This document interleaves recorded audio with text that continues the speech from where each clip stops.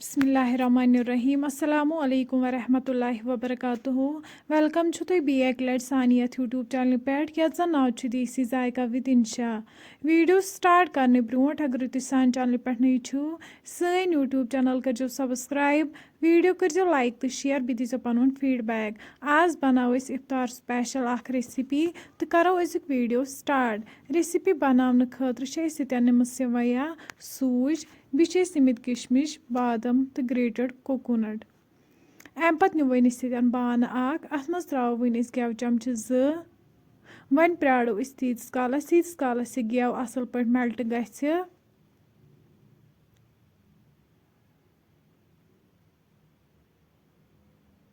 तुम हेको ये वुचित गेव ये असल पे मेल्ट गोमुत अम पत त्रो वन अत मज सेवया यह करो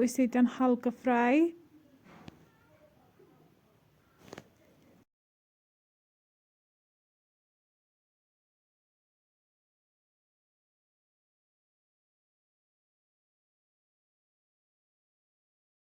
अम पत करो वन अत मज बादम किशमिश ग्रेटेड कोकोनट ऐड यम त करो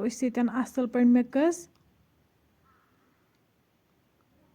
वन करो यथ मज दोद गिलास ऐड वन प्राड़ो तीस कालस अत ग्रेख यह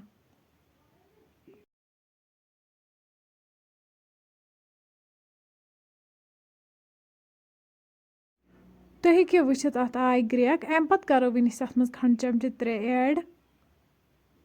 बी करो वन अत मज सूज कप ऐड वन करो अत लगातार खलन खलन यीतिस कालस अमिच ग्रेवी कम गछि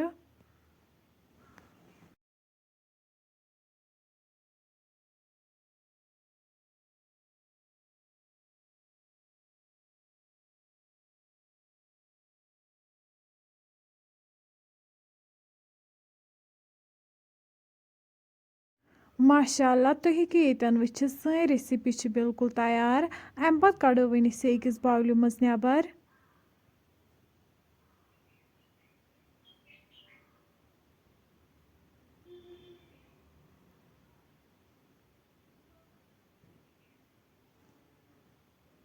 फ्रेंड्स अगर तुम सोन अजुक वीडियो पसंद आमुत सन यूट्यूब चैनल कर सब्सक्राइब वीडियो कर लाइक तो शेयर बी दीजो पन फीडबैक अल्लाह हाफिज़।